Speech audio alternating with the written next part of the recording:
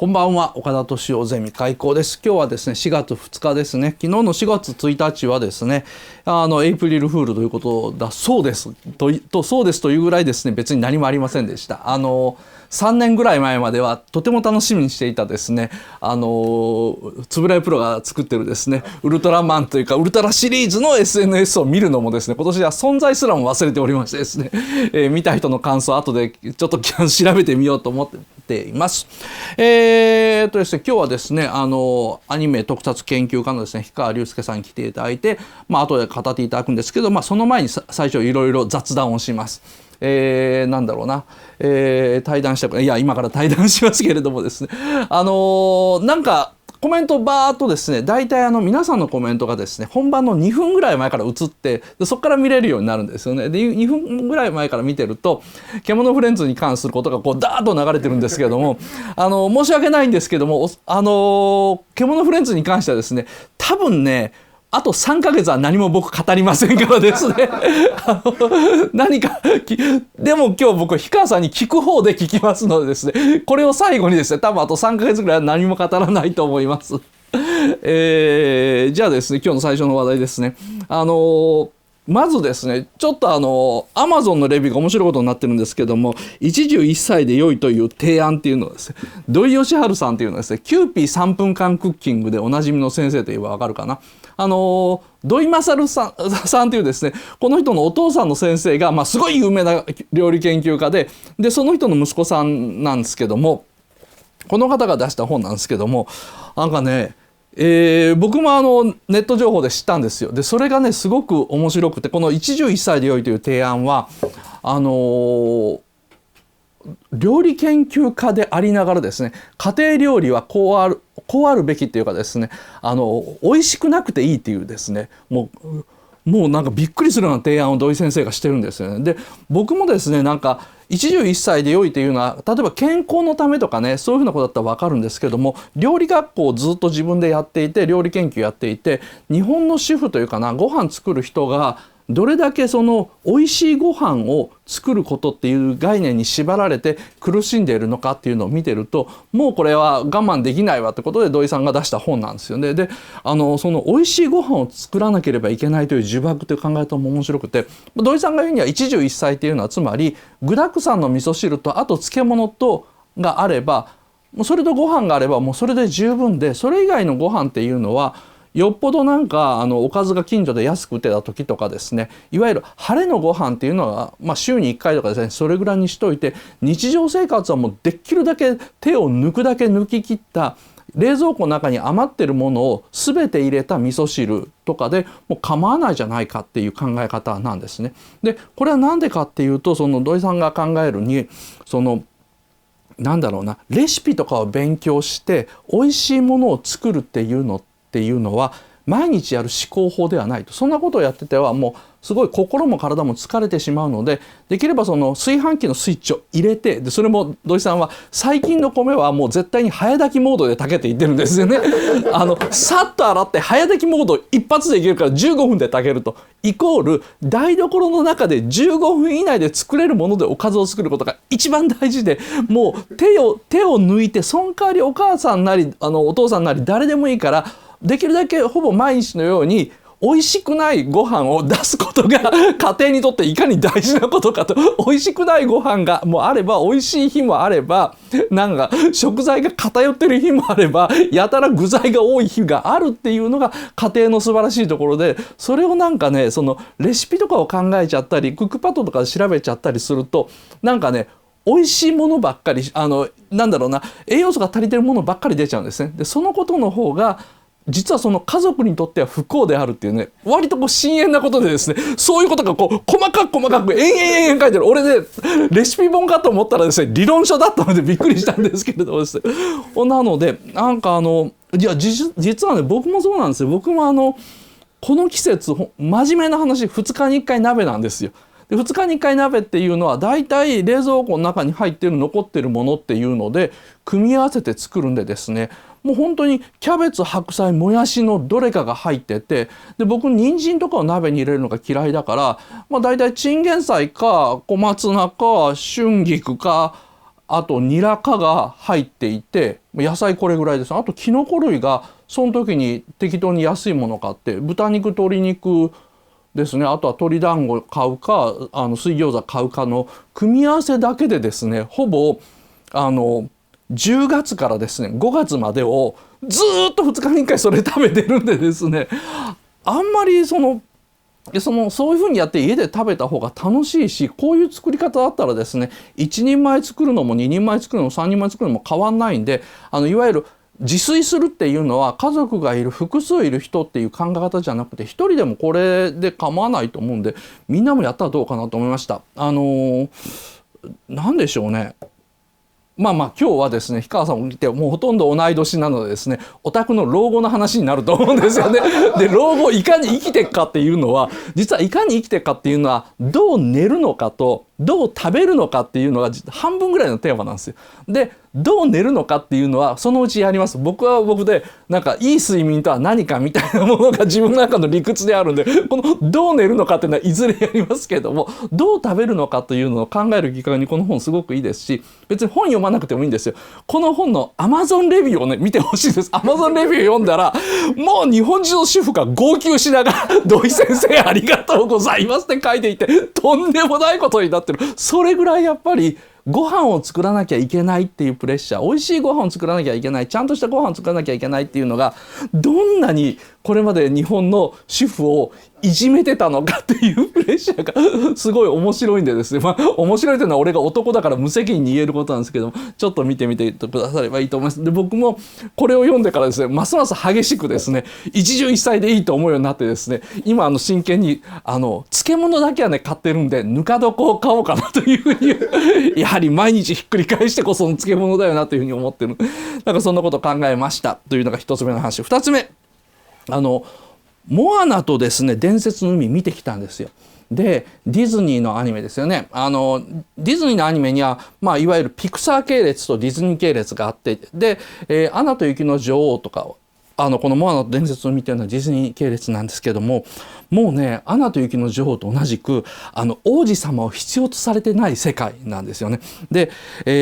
最新のディズニーアニメっていうのはアナ雪にしてもそのモアナにしてもなんかもうこの世界に王子様なんかいらないんだ、女の子には恋愛とかっていうのはそんな大事なことじゃないんだというふうに最新のディズニー作が訴えているにもかかわらず、いまだに世の中のディズニーが好きと公言する女子のプリンセス願望の高さは何たることよというふうに思っちゃうんですけども、なんか面白いですよね。神話なんですよ基本的に。今回びっくりしたのが面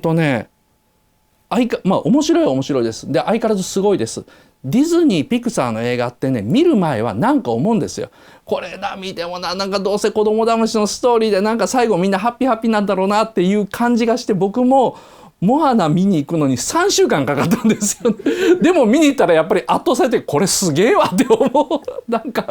もうこんなの出されたら日本のアニメどうなるんだって思っちゃうぐらいやっぱりすごい出来なんですよね。神と人間との契約の話でよくギリシャ神話のプロメテウスとかもそうなんですけども、その神様から火を人間の英雄が盗むことによって人間の文明化が始まった。でそこから人の罪が始まったみたいなやつあるですか。でそれをこうストレートにやってるんですね。なので主人公のモアナっていう女の子自体が見るものがなんかいくつもの層に分かれてるんですね。つまり南の島にすくすくと育った女の子が人間とか文明というものの罪のかけらを見てしまって、その中でそれでも自分は走るというですね、風の谷のナウシカなんですよ。実は風の谷のナウシカを海でやったらこういう風になりましたという形で、これまでのそのディズニーアニメで宮崎アニメなり日本のアニメをパクる時ってなんかもっともろにパクって嫌なパクり方した時もあったんですけども、モアナはね基本ナウシカから構造みたいなものを持ってきてるんですけど、全然嫌な感じしないところがすごいなと。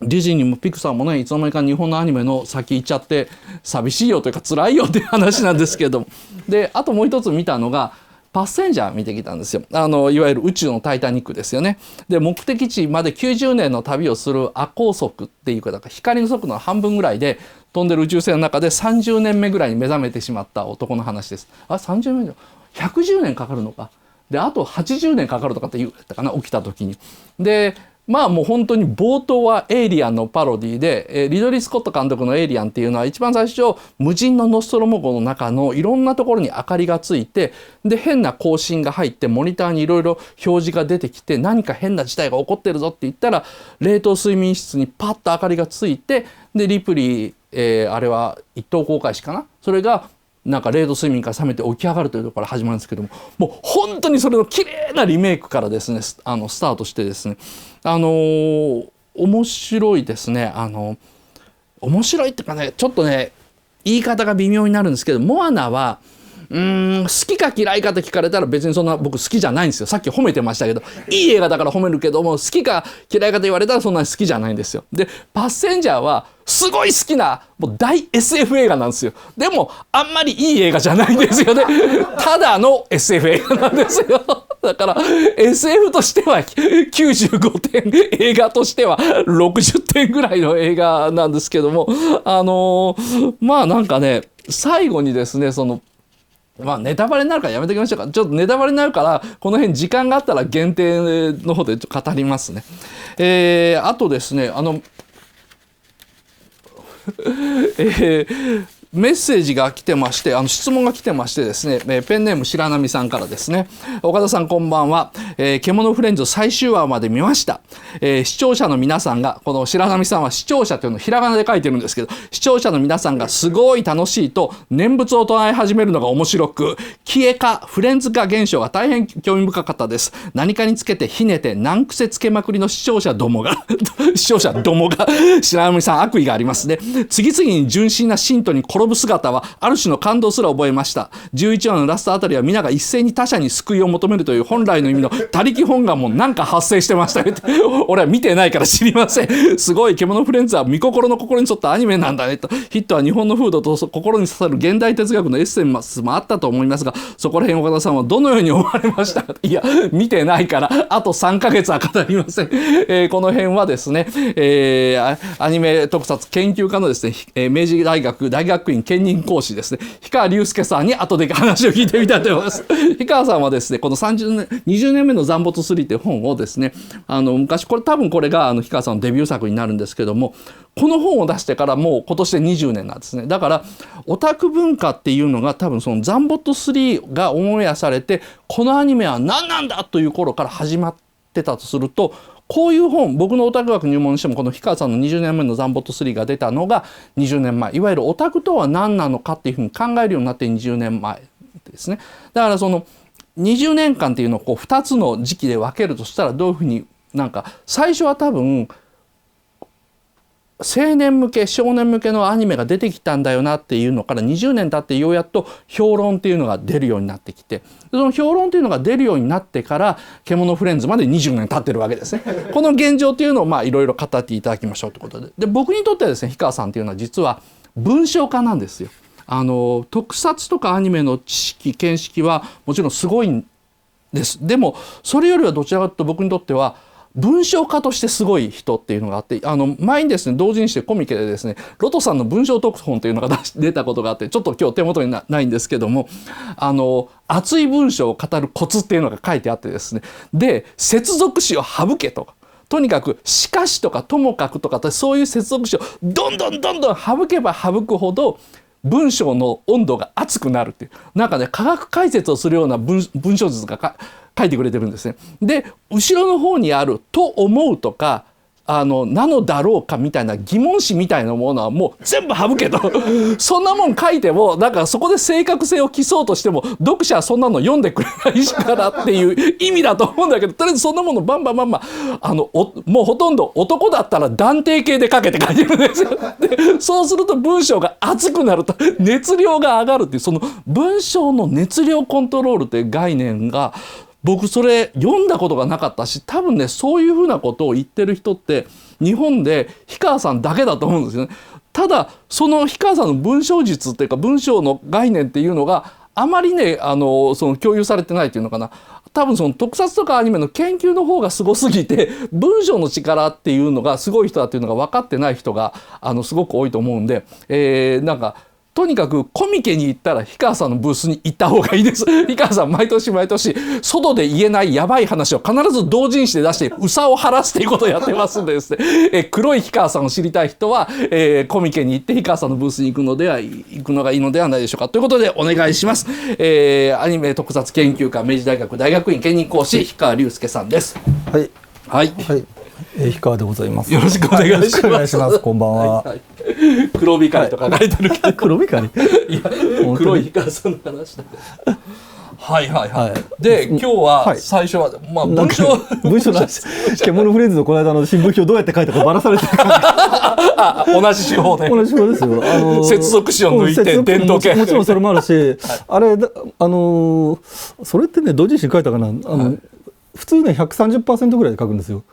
130% ぐらいで書く。だから例えば800字って言われたら、まず1200とかで書くんですよ。あれも基本のフレーズちょっと特別だったんで倍書いてるんで1600ぐらい書いてるんですけど、そこから削っていくんですよ。そうすると温度が上がるし、あとね文章は、要するにプログラムだと思ってるんですよ。要するにプログラムも言語って言われてるみたいに、脳に入った時に、いろいろだから接続詞をなんで省くかというと、そこで分岐が生じるとかね、思うっていうとキューバッハかなんかに入っちゃうんで、そういうデバッグをしてるんですよ。だからこの間の新聞表でもね、カバンちゃんはね、女の子って確定していいのかとか、人と決めつけていいのかっていう批判もあったんですけど、それね800字しかないおじいちゃんおばあちゃんが読むところに書いて留保つけたら文章全体が何のことだかって話になるでしょ。だか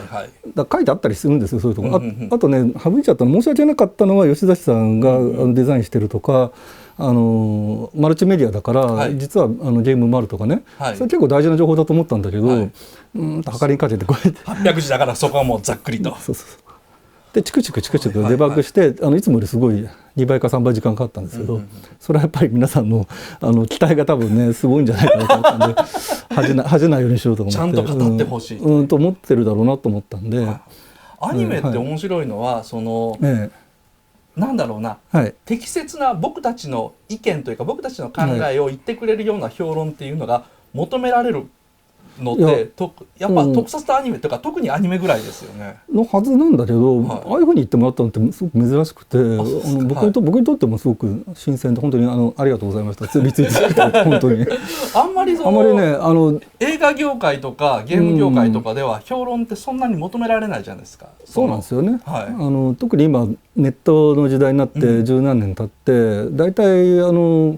なんていうのかな、そうやって誰かからお金もらって書いてあるものは罠じゃないかっていうふうに思われてるんですよね。ステマじゃないかとかね。みんな世知辛いな、だと思われてるんだと思うんですよ。いわゆるよいしょ文章だという。で僕なんか多分それの最先鋒だと思われてて、そんなんでね、そんなんで暮らしが立てられたら苦労しませんけどね。やってみれば分かりますよ。ボックスの中にある文章を書いてるからですよ。だってボックスはだって取説だもん。取説だからこの板は棚にしまわずに何度も回してほしいからいいこと書くに決まってるんですよね。そういう意味なんですよ。さらっと言いますね。本当ですよ。だってせっかくそれはだってお金を出してくれた人へのやっぱりなんていうのかな、忠誠心、ロイヤリティっていうことなんですよね。ちょっとそこら辺がなんか概念がずれるのはしょうがないことではあるんですよね。僕は氷川さんが面白いなと思うのが、研究家っていう立ち位置ですよね。最近は評論家じゃなくて研究家にしたのは、大学に勤めたからですね。ツイッター見てると慶応についていけなくなったから論文だって書いてある、ちょっと時期がずれてて、まあそういうことは思わないでもないけど、大学の教授の肩書きと評論家って一回並べたらなんかちょっと違和感があったんで。大学だし研究の方がいいかなっていうのと、あと評論家って名前ついてると、全部ご覧になってんですよねっていうね、嫌なツッコミがっていう面倒くさい、君は全部見ずに語るフレンズなんだねとか言われるわけですよね。見てもねあんまりいいことないんですよね。率直に言うと。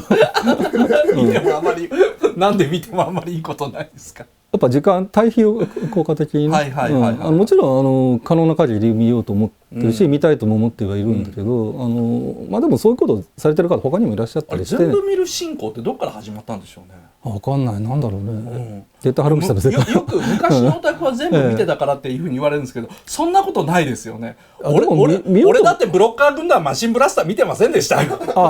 今度再放送始まります。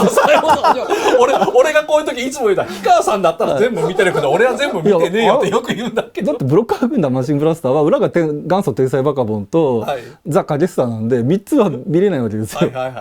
ビデオデッキもない時代だから。ビデオデッキない時代。なんか話がそれてるから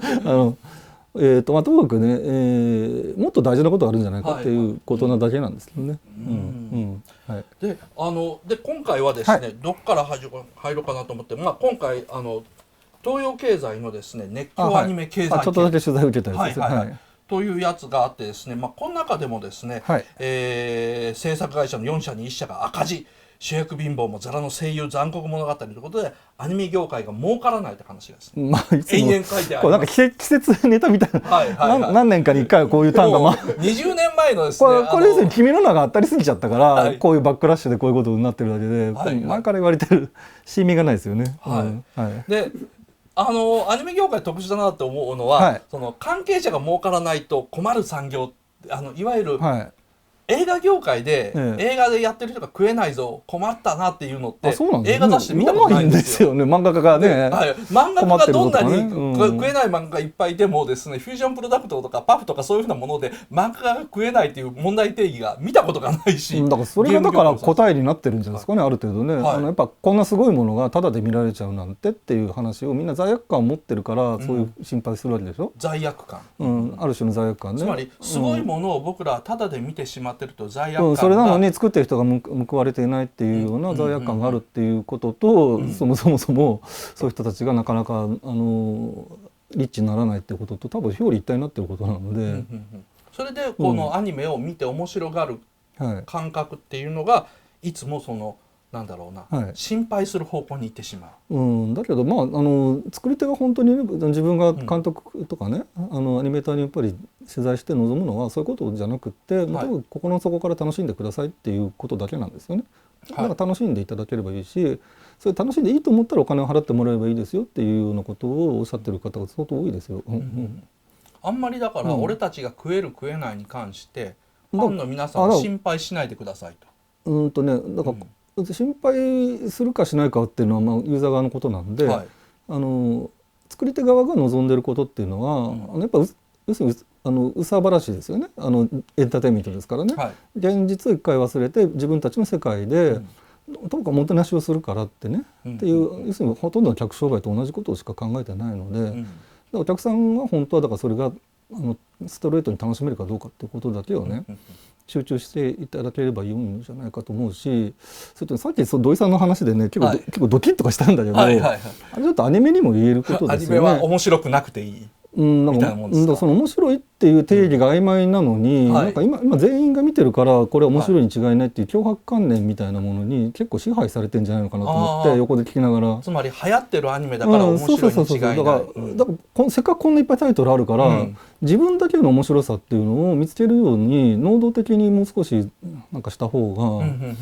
本当は作り手の人も喜んでくれるだろうしね。でそれももちろん金銭にはすぐ関連しない話だからちょっとずれちゃうかもしれない、話がずれるかもしれないけど、本当に望んでるのはそっちなんで、アニメこんなにたくさんいっぱいあるから、いわゆる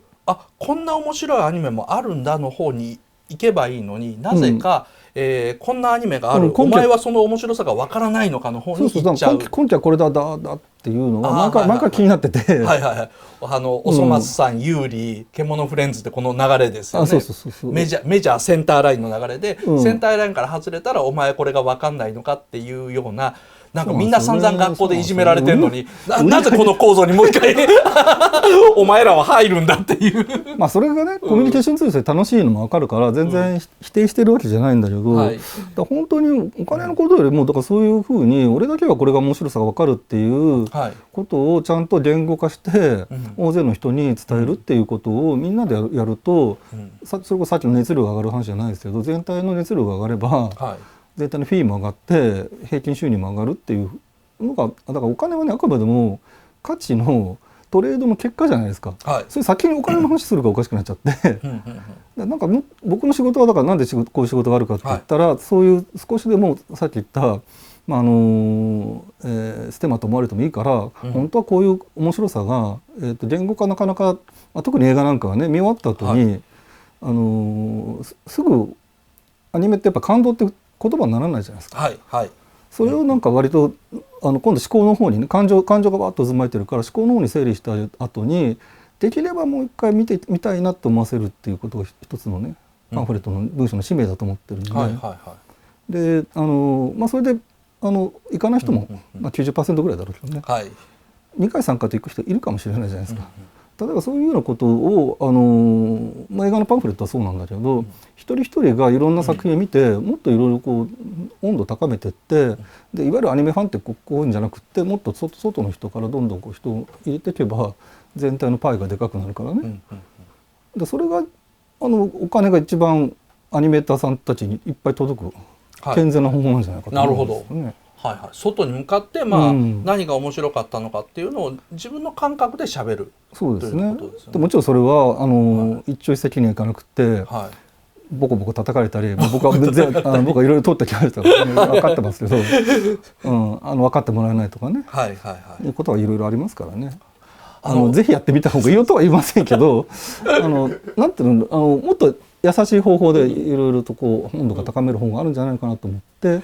いろんなアニメの語り方っていうのをこの10何年間やってるとですね。評論家と言っていいのかどうか分かんないですけど、池田健章さんという方がいらっしゃるじゃないですか。池田健章さんっていうその特撮を語る方がいて、あれが僕はやっぱり僕ら世代の前にいた巨人ですよね。だから僕らがオタクだって言われたら、お前たちは伊藤英明を知らないのか池田健章を知らないのかと、先にいる巨人たちの背中を、それも年齢が 2,3 歳しか違わない巨人たちをいて、あれにかなわねえなと僕高校代表の時に思って、で池田健章さんがこの間ウルトラマンとかに関してのインタビューでっていうか取材で語ってた映像を DVD で見たらですね、ウルトラ怪獣はなぜかっこいいのか、ウルトラ怪獣は姿勢がいいと、ペギラにしてもまっすぐに立ってる。あれはなぜかというと、地球最強の生き物だから身をかがめる必要がないからだ。じゃあウルトラマンこうなっていやウルトラマンこうなってんじゃんっていうツッコミをね、池田さんは許さないんですよ。ダメか。そこに川崎実のツッコミを許さず、川崎実が本来インタビューしてるはずなのに、川崎実をほっといて池田さんが熱く語り出してる DVD があってですね、ペギラはこんなに背を伸ばしてるというガンガン語って、それはね川崎君地球最強の生き物だからなんだよっていう。でもう見てる側はそれはどっかの設定に載ってるんですかって聞きたいんですけども、もう池田健章さんの妄想なんですよ。で信念の人ですからね。信念の人で、ああいうのって昔から僕、なんかこう、バトルスターギャラクティカはなぜ素晴らしいか岡田ちゃんっていうのであれはこうなんだからだよってやっぱり池田さんの妄想を語られてですね、そっちの方がやっぱ面白いんですよ。前のギャラクティカ前のギャラクティカ、バトルスターギャラクティカ、ギャラクチカって言われてるんですよね。ああいうふうなですね、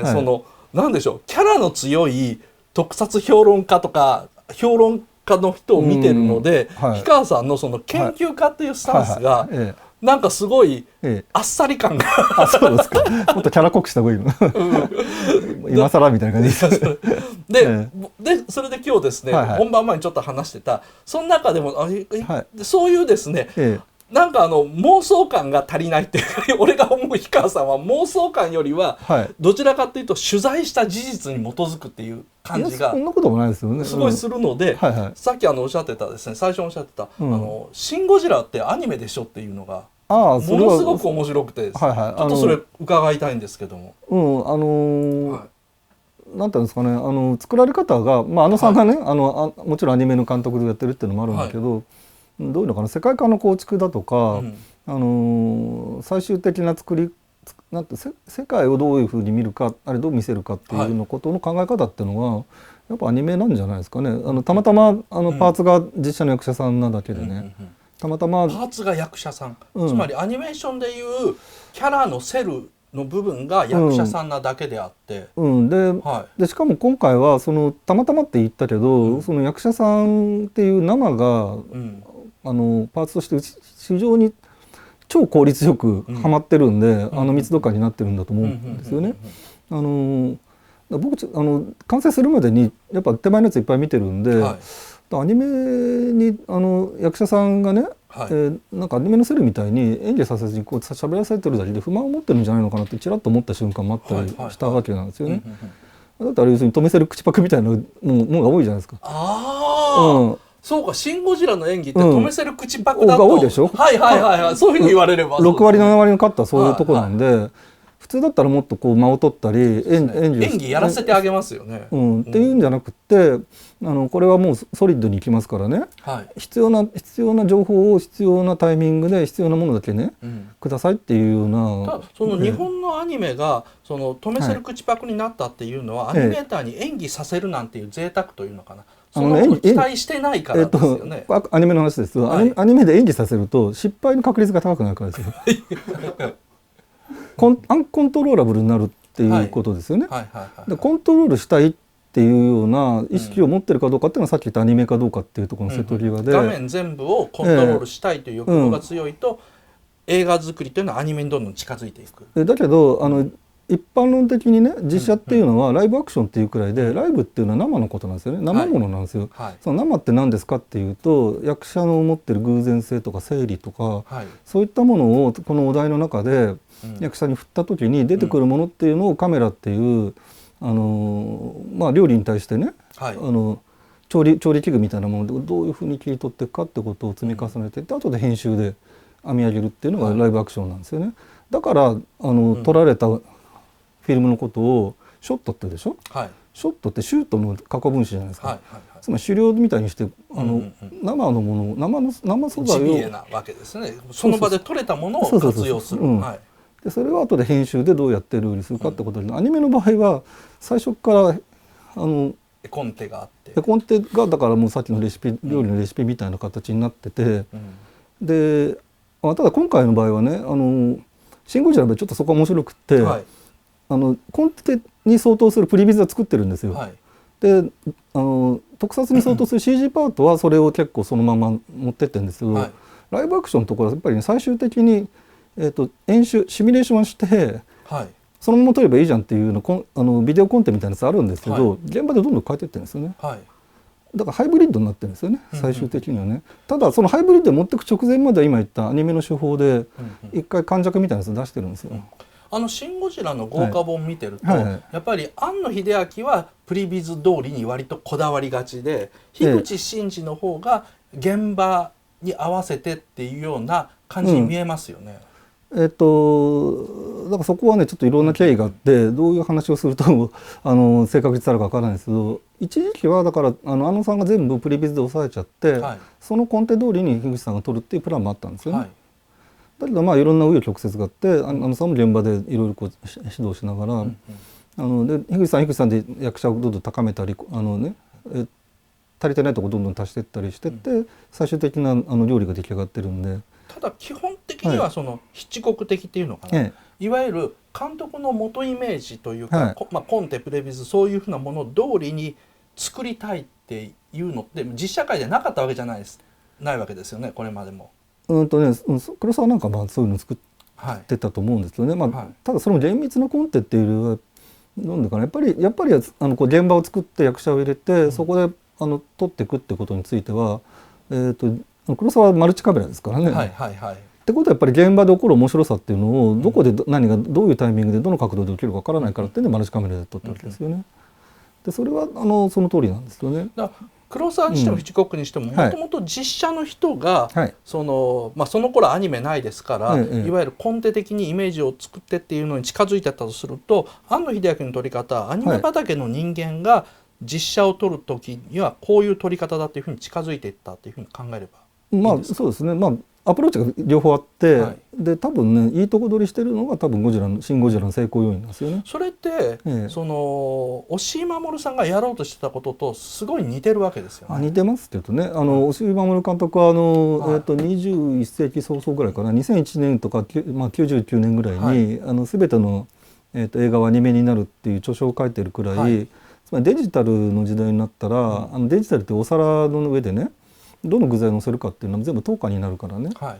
それ CG もあれば場合によっては絵なんかもあるしね、それから役者もいていろんな世界観みたいなある実景みたいなやつがあって、全部それをどう載せるかっていうのはもう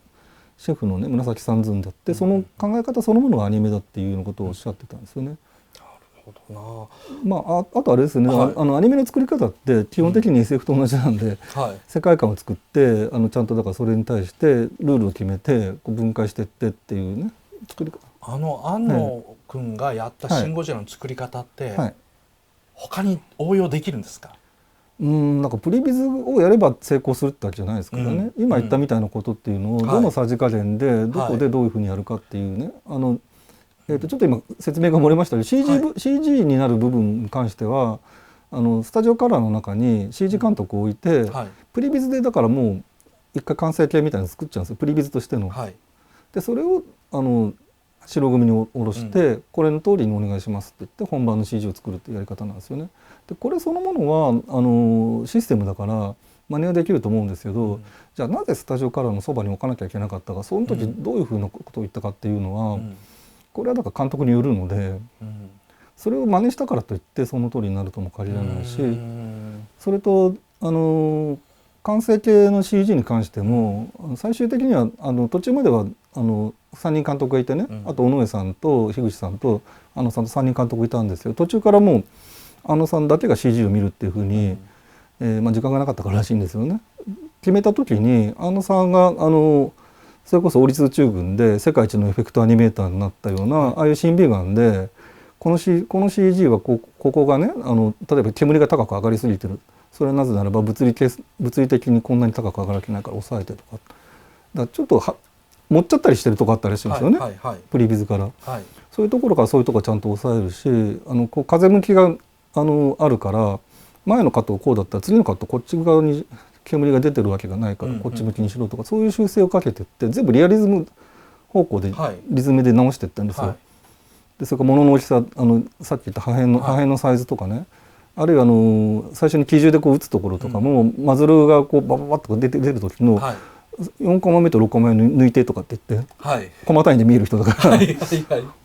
そこら辺は宮崎駿的ですよね。いやだからそれがだからメカ作監修を入れてるのと同じなんですよ、僕にとっては。作画監督僕それで他で応用可能なのかっていうのは、いわゆるシン・ゴジラが出てきて日本の映画の作り方って変わるのかなと。つまりここから先アクション映画とか恋愛映画とかいろいろな映画出てくるときに、じゃあシン・ゴジラの作り方面白いなって言って他の新人監督とかが作り方そのものはもうすでにもうああいうふうにしろっていう話がプロデューサーとかが結構、多分かぶれやすい人がいると思うんでいわゆるシナリオを普通の3倍分厚くすれば割と近くなるっていうなんかとかね、多分いろんな安易な考え方から始まって動いてる人がいらっしゃるんじゃないかって、これただの推測ですからすいません。嘘だ井川さん、いくつか実例が頭に浮かんでいやそういうことは起きてるのかなみたいな感じですよね。あとは予算次第ですよね。予算次第。あれはやっぱお金かかります、作り方は。いやだから予算がないからああいう作り方になったんですよね。逆ですね。逆ですね。無駄なことやってる。あと時間が本当になかったんで、時間とお金ほとんど同じことですけど、それを抑えるためのガメラって、今度やるガメラってシン・ゴジラより予算あるんですか？どうなんだろう。PV 見るとありそうな感じですよね。であれはだから正面突破でしょ。あれ青天井になる可能性があるんですよね。ああやるとね。シン・ゴジラって派手に見えるけど結構カット見ると割と短いカット積み重ねてて、あまり無茶してないはずなんですよね。無茶してるように見えるけどね。ガメラが正面突破だったら20億超えちゃいます。じゃないんですかね、簡単に。CG って基本的にあれゲーム開発と同じでプログラム開発と同じなんで、きちんと予算管理しないと、一番お金かかるのは出てきたやつ見てこうやってダメ出ししてこうやってぐるぐる回してって、そうすると確かにクオリティ良くなるんですけど、いつまでたっても完成しないし、いつまでたっても完成しないってことは固定費がかかるってことだから、そこで金かかっちゃうんですよね。アニメと同じですね。結局大友さんのアニメが金かかるのと同じ理由ですよね。うなずいちゃっていいのかどうか分かんないけどはいって言っちゃっていいのかどうか分かんない。結局そうか。じゃあ実写映画でも CG メインのもので何予算かかるのかっていうと、もう一つあと着手がなかなかコンテがなかなか来ない、インプットと、だからインとアウトがスループットが落ちればコストって下がるんですよ。当然のことなんですけど、みんななんかだからCG のお金がかかるって、こうデモのなんかゴージャスさで金がかかると思ってる嫌いがあるんですよ。そうじゃなくって、内容がはっきりしてて、この条件をクリアすればアウトっていうのがカチッと決まってれば、どんな複雑なカットでもローコストで上がるんですよ。もちろんデモが多いとレンダリングに時間かかるんで、その固定費とかまたさらに別途かかるんですけど、じゃあガメラがなんか予算これは青天井いきそうだなって、いやなんかちょっとそこら辺の PV 見るといやなんかこういうカメラワークとこう長尺とね破片とか全部描いてるし、これ大変だみたいな感じのその方式でやるとハリウッド映画ぐらいになっちゃうわけです、ハリウッドはどうやってそれをコストを落としてるかっていうと、そ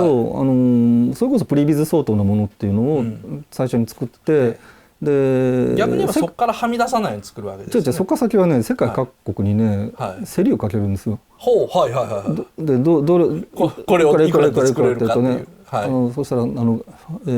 特にインドとかね、ああいったいろんな会社とか、中国のいろんな会社がこう手を挙げて、そこからそうするとプリビズ以上のものできないけどもそんなに気にしないわけですか。だからあとはスーパーバイザーっていう人がそこを判断するわけですよね。ここならできるとかできないとかね、そういうやり方建築と同じなんでですね、日本は建築的じゃなくてもうちょっとこう職能集団的に作ってるんで、そこら辺をねこれからどういうふうに変えていくのかっていうのはね。じゃあ次の質問ですけど、45分だからこれ次の話の最中で限定いっちゃうかな。こういう本誰がこれからのアニメを作るのかってやつで、中国資本が、制作委員会方式を否定し、ネットフリックスアマゾンが、ブルーレイビジネスを壊そうとしているというやつですね。本当のことだからいいじゃないですけども、アニメですね。僕去年までは、例えば山勘さんとか呼んだ時に、もうアニメ業界はダメだダメだダメだっていうやつをそうなのか、人事ですからそうなのかそうなのかって思ったんですけども、今年になってから僕考え変わってきてですね、あれアニメってこれ今黄金時代を迎えようとしてるんじゃないのかな。見方に言えばそうなんじゃないですかね。こんだけの質と量がね、作られた過去ないと思いますよ。世界的に見ても日本がすごいと思います。逆に言えばさっき出てきた土井善晴さん現象というかですね、全てのアニメを美味しく作ろうとしているあまり、全員で首を絞めつつ進めてたっぽいとこあって、全てのアニメがいわゆるアニメファンが言うところのクオリティが高くなければいけないというような感じになってきていると。もうこんなところであれですよね、チャージマンケンが生まれてこないわけですよね絶対に。ああいう冒頭でしょですねストライクゾーンがあるとして冒頭みたいな。君らのそういう意味だと冒頭系ですよね本当はね。アニメこれから儲かるんですか。これちょっとやらしい話になるんですけども、どうだろうな。だから何と比べてですよね、ゲーム業界と比べれば割と儲け的なことで言えば要するにインとアウトね、出資と戻りに関してはそこそこいい風に持っていくことはできるんじゃないですか。今がいいとじゃなくてね、コントロール次第でさっき言ったみたいなアニメっていわゆる制作遅れるとか言われてるけど、ゲームほどバクバクになって全く現場が動かなくて3ヶ月とかそういうことはないですから、ある程度読めちゃうんで、そういう意味だとインとアウトに関しての儲け幅っていうのは銀行レース的に読める部分が多いと思うんですよね。これまではなんだろう、アニメーションの予算の上限枠というか予算これぐらいだろうなっていうのが日本の制作委員会のおじさんたちがなんとなく決めた枠っていうのがあったのが、その中国資本とかアマゾンネットフリックスとかが入ってくるというのって大きく変わりつつありますよね。だからそこはねどういうふうに変わるかっていうと、多分 CG の比率がどんどん増えるっていう方になるんじゃないですかね。だってそれはお金いくらもらってもアニメーターが、例えば数千人いるのがね、仮に4000人って言ってもいきなり8000人になったりしないので、CG ももちろん CG もそんな増えたりはしないけど、ただ絵を描くっていう芸術的なところを一つ飛ばそうと思える部分が多いっていうのかな。もちろん CG もちゃんとしたの作るには絵心がないとダメなんですけど、人海戦術でできるところとっていうのが、アニメよりも上流工程下流工程みたいな言い方するんですよね。それが分かれてるんでお金の使い道としてはそういうふうに使えるので、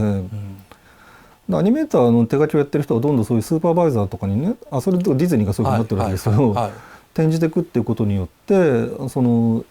ビッグマネーっていうのがちゃんと効率よく実りになる可能性はあるんですよね。いわゆる工業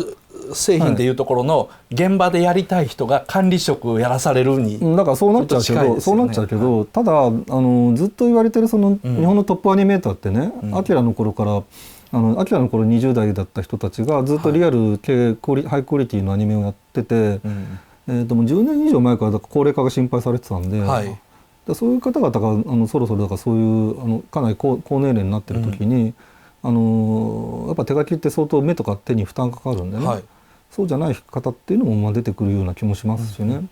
もちろん現場でずっとやりたいって方もそれは個人の思考の問題もあるんで、あれ得意不得意の問題もあるんでね。今のそのアニメーションで例えば制作予算が2億とかあったら現場の方にいくら回ってくるとか、あと映画がいくらヒットしても制作現場の方にお金があまり入ってこないっていう状況は改善されるんですか？だからそこは全体のルールがどういうふうに変わるかなんですよね。今までのだから下止まりっていうのはもうそれこそヤマト作ってる頃から40年ぐらい、日本のアニメの産業の状態が割と外注でね、外注主体で回るようになってきたんで、その値段に下止まりしてるんですけど、構造が変わることによって変わる可能性がありますよね。で、実際事実動画はだって日本ではもう日本人への賃金が払いづらいってことで全部海外出ちゃってますからね、だからそこのお金を改善して日本に戻す理由はないから海外出てるんでしょ、つまりそのお金でやってくれる人が日本人ではいないから、だからそれが今動画が海外っていうアナロジーにしたけど、それがだから CG 的なものになる可能性があるっていうだけのことで、つまり人間に書かせるよりは CG でやった方が安くつくので、CG っていうだからそこの浮いたものっていうのが、上流工程に人にどんどん還流するように、それはプロデューサーが考えることだと思いますけど、あるいは会社の経営者が考えることだと思うんだけど、そういうふうに厚遇することによって今ある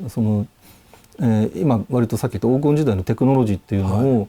次のシステムに移植することはできると思うんですよ。ただやる気になってるかどうかは分からないですよ、これは。お母さん自分にですね、もし中学3年とか高校 2,3 年ぐらいの息子娘がいて、アニメやりたいって言ったら反対するんじゃないですか。その反対の理由は何なんですか？大人はやっぱりそういう存在だからですよ。大人はそういう存在、乗り越える壁として乗り越えてこうですよ。お前の話は聞こうじゃないですよ。いないけど、僕は子供いないけど、でもそこからですよ。そこでどれぐらい考えてるかで次のアクション、僕も反対されましたね。まずダメと言ってやるのが大人の務めと。どうせあんまりちょろいこと考えて決めつけてやるのも大人の務めですよ。そうやっぱ巨人の人の影響とか大きいんですかね。星一徹になってやるのが最後の親のできるあれですよね。分かる時でも分からんふりするってやりますよね。そういうことですよね。でもその息子娘が言うアニメ業界やめとけっていうのの中に、儲かんないからっていうのは入んないんですか？食えないからっていうのは。それもだからいろんなパラメータの一個でね、だからよく言われることは例えば単金が安くてね、みんな困ってるんだったらあってとはいえね、例えば漫画とかは16ページ書いて持ち込んでダメって言われば全没なんだけど、お金入るのね。そうですね。500円なり5000円なり入りますよね。入るっていう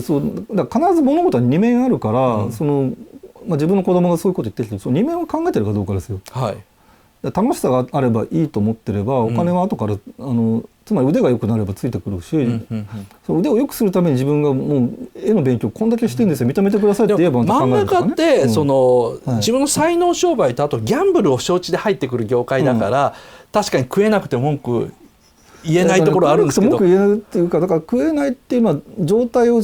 表現するただ一つのね、パラメータに過ぎないんで、それ食えるようにするにはどうするかっていうことに知恵が働いたり、効率よくしたりするのもね一つの手ですけど、自分のライターってそんなに一文字にいくらって換算にするってそんなによくないんですよね、今でもね。でもそれはどうやって食ってるかって言ったら、やっぱり人の3倍早く書いてますからね。本当に本気で人の3倍3倍早く書いてます。早く書けますよ。しかもさっき言ったみたいに大盛りにして削った速度で2倍から3倍書いてますからね。はいはいはいはい。でっていうようなことを例えばまあ、それはまあ僕は年寄りだからね、定量的に言えるけど、そこで考え方ことがあるかどうかってことですよ。つまり、アニメ業界に入ってアニメ作りたいっていうふうに子供が言い出したら、その中で自分がどういうふうに生き抜くのかっていうその個人に対しては言えるけども、業界がこうだからっていうふうには別に言ったりはしない、否定したりは。あとね約束を守れるのかとかもっとすごい大事な話なのね。ちゃんとだから今まで、そのまあ仮に子供に説教するんだったらね、はい、なんか誰かと約束をして例えば時間に遅れたことがあるのかとかそういう話ですよね。はいはいはい、遅れたらそれ前他人の時間を奪ってんだぞみたいなことを考えたことあるのかみたいなことっていうのを、やっぱり、まあ、違う言葉で多分確認するよね。はいはいはいはい。結構怖いお父さんですね。そうストレートに聞くと嘘つくからすみません、もうね45分をだいぶ過ぎてしまったんでですね、じゃあここから先こんなシミュレーションしないダメだったんで、アニメファンの老後のどうするのかとかですね、あとは宮崎駿どうなるのかとか、その辺の話をですね限定の方にしようと思います。じゃあ一応表の方のアンケート出してください。よろしくお願いします。まあこういう風なアンケートが出てきて、これ見るとあまりへこみますけど。いやいやこれはアニメタ見音痴で毎週見てましたね。毎日分数系みたいなもんですよね。はいはい結果出ました。あすごいですね。とても良かった 60%、 まあまあ良かった 30% 近くて、まあ 80% ぐらいの人が90% 以上の人が大満足ですよね。本当ありがとうございます。はい、ただなのにっていうやつですよね。じゃあここからはですね、限定裏放送の方に行きますのでですね、裏に切り替えてください。